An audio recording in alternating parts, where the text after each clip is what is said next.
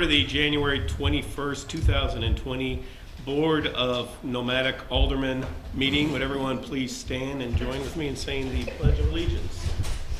I pledge allegiance to the flag of the United States of America and to the republic for which it stands, one nation, under God, indivisible, with liberty and justice for all. Roll call. Here. Here. Here. Here. Alderman Tice. Here. Alderman Fulton. Here. Alderman Sims. Here. And Alderman Brady is absent. Okay, thank you. We have a quorum. I want to welcome everybody to our latest temporary home. Hopefully this will be just for about a month, and we'll be back to our City Hall by the end of February, first part of March. Next on the agenda is the approval of the agenda. Do we have any changes, any modifications? Any objection to approving the same by acclamation? Seeing none, it will be approved. We have no public hearing. Item 5, announcements, appointments, proclamations, and recognitions. We have just a few. First up, we have the appointment to what I'm calling the Economic Development Sales Tax Board. This board passed that legislation at the last meeting, and as you will remember, that is comprised of 5 individuals, 3 of whom were appointed by the mayor, 1 by the school district, and 1 by St. Louis County Council. And I've come up with the 3, and they are, 1 is from Ward 1, 1 is from Ward 2, and 1 is from Ward 3.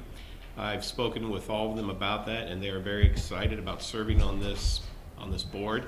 That's Stu Clark is from Ward 1, Virginia McDonald is from Ward 2, and Jeff Gould is from Ward 3. I think you have information for all 3 of them, but I think you'll know they all served on the Brentwood Bound Advisory Committee, and they all are committed to the Brentwood Bound program, and I think it makes perfect sense to appoint 3 people who are in favor of that project and want to see the revenue generated from the economic development sales tax go toward that project. And so with that, the chair would entertain a motion to approve the appointments of Stu Clark, Virginia McDonald, and Jeff Gould. So moved. Second. We've got a motion by Alderman Plufka, seconded by Alderwoman Sims. Any discussion on those appointments? Okay, I guess we can just take all in favor, say aye. Aye. Anyone opposed? Okay, those appointments carry. Motion carries. We also have an appointment of, I believe, 1 other person, and that is, I'm trying to find it on here. That is for the appointment to the Brentwood Bound Community Engagement Task Force, as well as, am I right? Well, it's at 353, correct. Right. And those 2 openings were caused by the resignation of Dan Galowski. Well, Dan Galowski resigned, so that created the opening on the Brentwood 353 Corporation. We've always had an opening on the Brentwood Bound Community Engagement Task Force. Andy Burkemper is very interested in getting involved in serving the city. He is I think we've appointed, or we've attached his CV. I think he is a geologist, maybe by training, by education.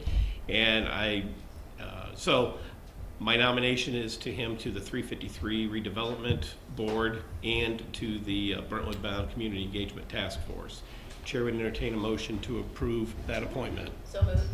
We have a motion by Alderwoman Tice and seconded by Alderman Lockmuller. Any further discussion? Okay, all in favor? Aye. Any opposed? Okay, the motion carries unanimously. Next on the agenda is citizen comments. Anyone in the public care to address the board? Now is the time to do so. You will be given up to 3 minutes. Seeing none, we will move on.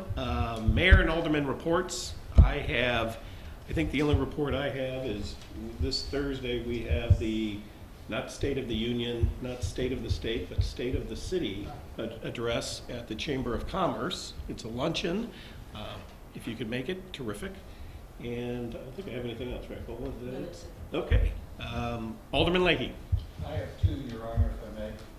This Friday, we're doing an American Red Cross blood drive here at the Rec Center from 2 p.m. to 8 p.m. We still have slots available. We're looking for some bodies to help us collect blood for those in need. The Ward 3 meeting for the month of January will be Tuesday night, the 28th, here at the Rec Center at 7 p.m. Thank you, sir. Thank you. Alderman Lockmuller, No report.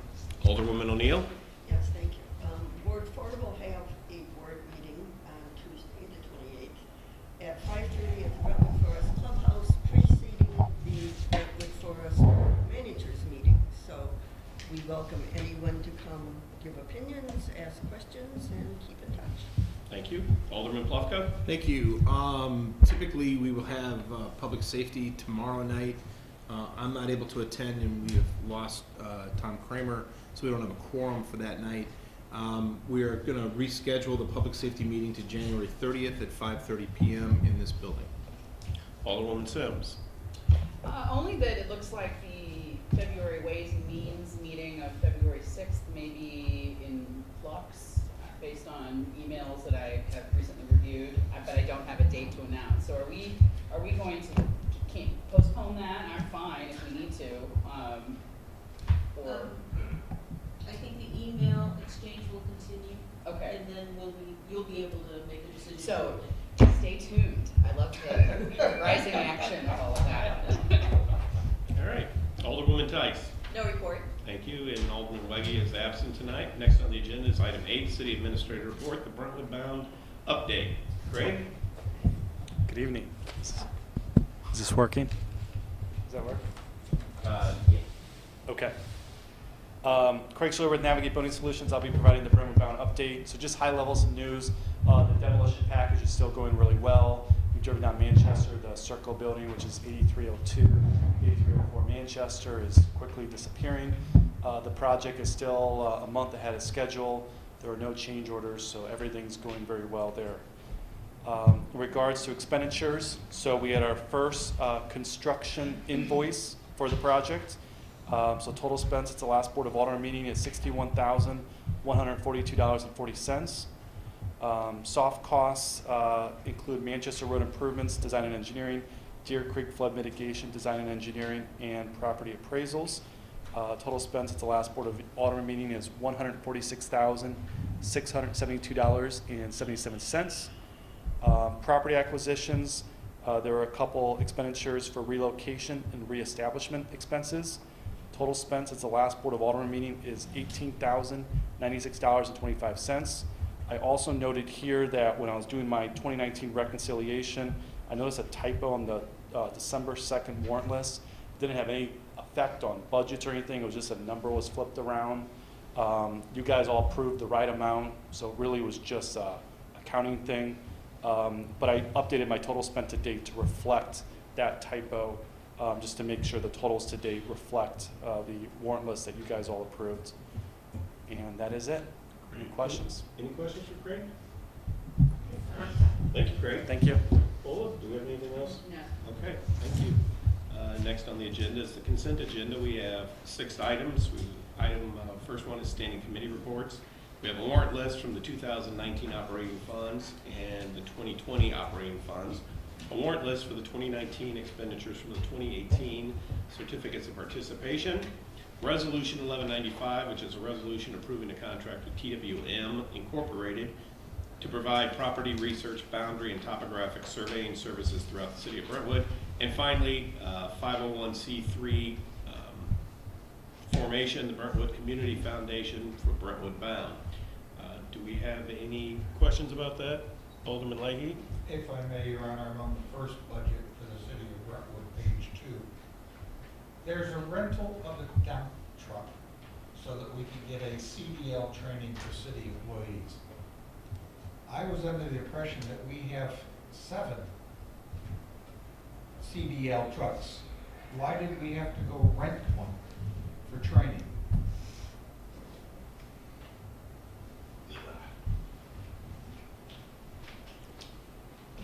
The one that we rented actually has air brakes. The only thing that we have with air brakes would be your 3 large trash trucks, which are on their routes, and then the street sweeper.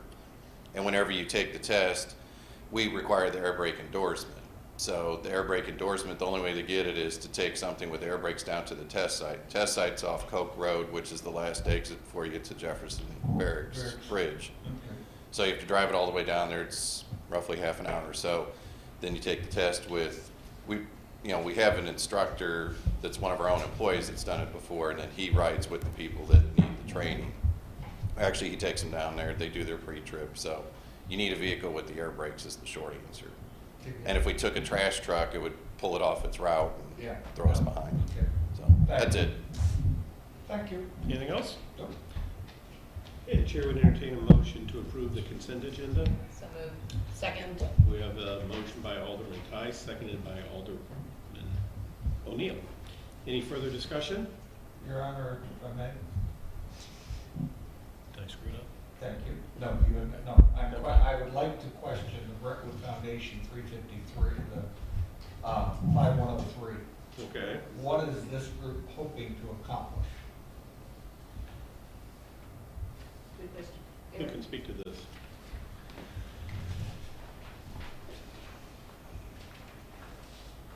As we've talked sometimes about trying to get alternate funding, additional funding for some of the projects in Brentwood Bound, we've talked about how some of the grants and some of the donors will only give money to 501c3 foundations. The city's not an official 501c3, therefore we need our own 501c3 to accept those type of funding. Will this group be limited in scope to stay just with the Brentwood Bound, or is this going to be an open-ended 5103 that we're going to start looking to fund anything and everything? What we said is, while we basically talked about having a purpose statement. The purpose statement talked about focus on investment and in capital improvement projects. So while we're focusing on Brentwood Bound now, we didn't want to make it so focused that if we wanted to do something later on after Brentwood Bound, that we couldn't use that same 501c3 for something in the future. Would you like for us to read the purpose statement? Maybe that would help, or not? If you would, please. I'm a little leery with Sure. the city going down this avenue. This is the second time that we're starting to work down in this avenue, and I'm not 100% sure how it all functions. So forgive me for being uncomfortable and questioning. Sure. The draft that Janet helped put together says that the Brentwood Community Foundation aims to enhance the quality of life for Brentwood, Missouri residents, workers, and visitors through a focus on investment and capital improvement projects. These efforts will help build a bright future for the city of Brentwood as a regional destination in its second century and beyond. When we go down this avenue and make a 501c3, who makes the determination of spending that money? And who makes the determination of where we go to get funds donated? That would, the board, the 501c3 board. So they go out, we create this board, they go out, they go after all the solicitations that they want. They've got a separate treasury, and they can determine how and what and where to spend something, and it never comes back to the Board of Aldermen. I mean, you could basically put it in the bylaws dictate some of those So things. We dial back a little bit. Mhm. The board makes the appointment to this 501c3. Yes. And we've been talking all along about how we fund other aspects of the Brentwood Bound project, like the monuments. I think there might be a total of 3 or 4 monuments. I know that Alderman Weggie had an opinion about, how we would go and solicit those, but that would be the primary purpose for that. And the goal is to find a corporate sponsor that has an aligned interest with what we're trying to accomplish, whereby they would want to fund in the millions of dollars to help us construct it. Otherwise, we wait until the city Funds is it. able to allocate money to do that. So we have already printed material that we initially made available to the Brentwood Century Foundation. And I know that I've talked to individual aldermen who have connections that can help us broker some of these meetings, because you just don't go knocking and think you're going to get funds. It's through knowing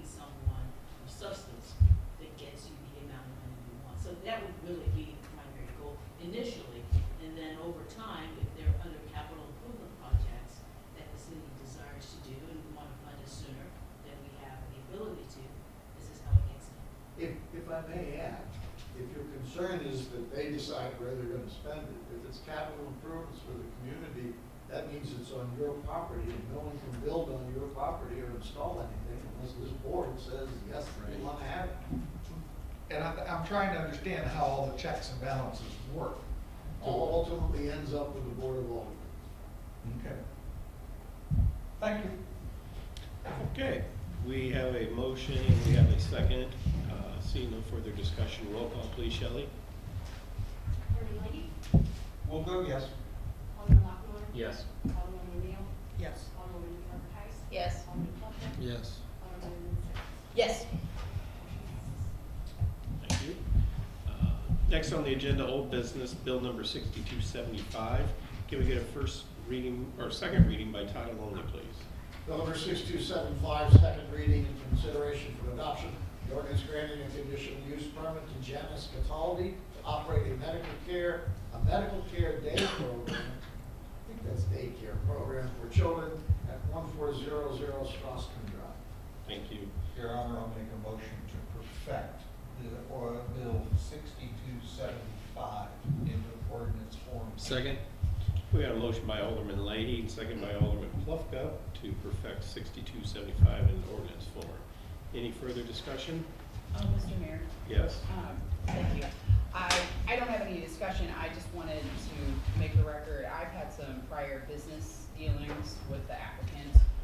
While I had absolutely nothing to do with the application, just out of, transparency, I'm going to abstain from discussion and vote on this matter. Okay. I have a question. Yes. The Family Forward homes on Litzinger and McKnight help multiply handicapped children. This looks like it would serve the same clientele. There is probably a great need for it. Is there any interaction between the two that we know of?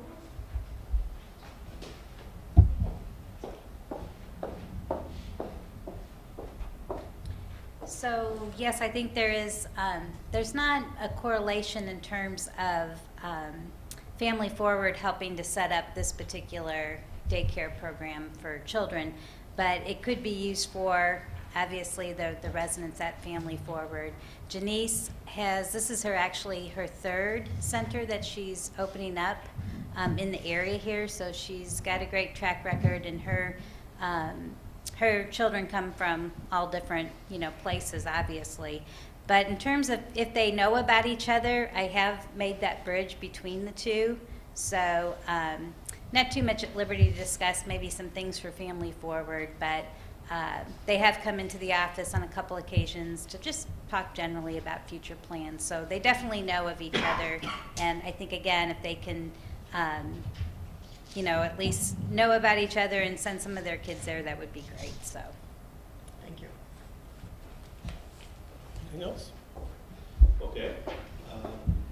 So we have motion to perfect, right? So roll call. Alderman Lady? Yes. Alderman Lockmiller? Yes. Alderman O'Neill? Yes. Alderman Tice? Yes. Alderman Plucker? Yes. Alderman Six? Abstain. Motion passes. Bill number 4911. Great, thank you. Next on the item, new business, bill number 6276. Can we get a first reading by title only, please, Mr. City Attorney? Bill number 6276, first reading, an ordinance amending the Code of Ordinances of the City of Brentwood relating to the enforcement of ordinance. Thank you. This is an ordinance. Yes. Who wants to begin? Dan? I'll, Oh, Kevin, okay. I'm sort of the provocateur of this. This is 3 arrows in the quiver for the city is what it's about. It's 3 tools to have when and if you need them that may be helpful in difficult circumstances where you're talking about code enforcement. The first is a provision which says that if the Board of Aldermen authorizes in a given instance, as opposed to simply prosecuting someone for a violation in the municipal court, housing, it's a property maintenance standard, other ongoing circumstance where all you can do is file an information and pursue them, and we got a maximum penalty, perhaps $250, perhaps $1,000, that the city would also have the authority, subject to Board of Aldermen approval, in a given instance, to take the property owner or the violator to circuit court and seek an injunction, use the power of the circuit court and the power of the contempt of court powers of the circuit court to compel compliance with the standard that is the problem that is not being satisfied. So it's another way of getting to the end. The municipal court doesn't have authority to say, thou shalt fix this. It has authority to fix punishment for each violation charged and of which the defendant is convicted, but it has no equitable authority to compel, other than by dint of increasing penalties, to compel conduct. So the idea here is that if the board authorizes in a given instance, the city could take the defendant to the circuit court and seek an injunction to require them to remedy the problem at issue. The second one is a restriction on delinquent applicants. This is a provision which says that if Joe Blow comes in to get his occupancy permit for property X, but is in violation of city ordinance on property Y, we can withhold the permit on property X until the violation on property Y is corrected. And this applies not only to the same applicant, but related applicants. So if the Acme 1 corporation on property X is in violation and Acme 2 corporation comes in for a permit on property Y, then we can say, no, we're not going to give you that because this is a related entity to it. And we utilize the standards of the IRS code applies to related entities for tax purposes, and import that as a standard of what is a related entity. And the final one is a provision relating to the fees that we charge for various permits and review procedures. And it is an umbrella policy, an umbrella provision, which says that if those fees in a given instance are obviously inadequate to cover the cost, we have to bring in special engineering review or hire consultants in order to review complex plans or proposals, that all those costs are going to be passed on, and we can suspend processing and application while those additional fees are determined and paid in, or if the applicant disputes the validity of the fees or the necessity for them, there's an appeal process as well. These are all designed to give the city some additional tools to deal with odd or complex or generally problematic circumstances. Kevin, just the example that you used was an occupancy permit, but it includes all types of permits? All kinds of permits. Including building permits? Building permits, okay. And it includes a lot of business licenses. Okay. Anything that someone comes in and applies for, we can take into account whether or not they are a bad actor from our, at least in current violation. Okay, great. Any questions? Yes, Steve. Yeah, a lot of times with real estate, they're in LLCs, limited liability corporations, and sometimes a limited liability corporation can be a member of that corporation. Do we have the ability to be able to, I guess the term is pedigree, to go down the line and be able to find? That's the related entity aspect of that ordinance, so that we can require disclosure of the members of the LLC and look for that common thread. So when it's somebody 20% ownership, I think, in the right. So when somebody comes in to apply for a construction permit or whatever, they would have to list all that. Our application would have that ability to research all that. I think we would tend to request additional information if we have reason to believe that there's something problematic. As part of our, in addition to the current application, we're requiring this additional information. We're generally going to have a pretty good sense of who we're dealing with. Sure. Thanks. All right, thank you. Anybody else? All right, thank you. Next on the agenda is bill number 6277. Can we get a first read by title only of that?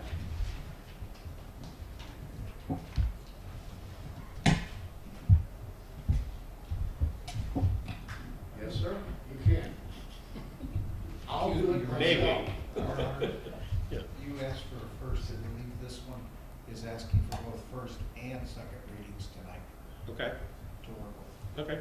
Bill number 6277, first reading, an ordinance of the city of Brentwood, Missouri, approving an amendment to a lease with Banner Road Baking Company LLC, also known as Banner Road Baking Company, authorizing certain other actions in connection therewith, providing for the effective date of this ordinance and containing a severability clause. Thank you. Do we have anyone to speak to this? This third amendment, we just granted an extension to stay a little longer. Okay.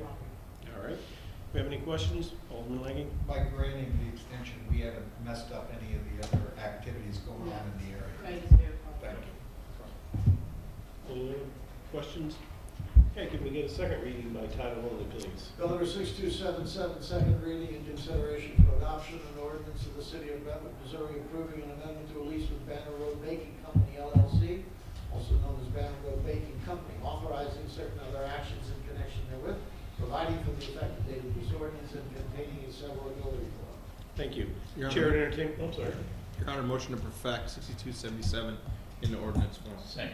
All right, we got a motion to perfect by Alderman Plufka and a second by Alderman Lockmuller. Any further discussion? Okay, roll call, please. Alderman Levy? Yes. Alderman Lockwood? Yes. Alderman O'Neill? Yes. Alderman Marquez? Yes. Alderman Plucker? Yes. Alderman Macias? Yes. Motion passes. Becomes ordinance number 4910. Great, thank you. Next on the agenda, citizen comments. Anybody in the audience care to address the board a second time? Now's the time to do so. We'll be given up to 3 minutes. Your Honor, I'll make a motion for the Board of Aldermen to adjourn. Second? We have a motion to adjourn by Alderman Plufka, second by Alderman. I'm going to switch it around. Alderman Leahy, second by Alderman Plufka. All in favor? Aye.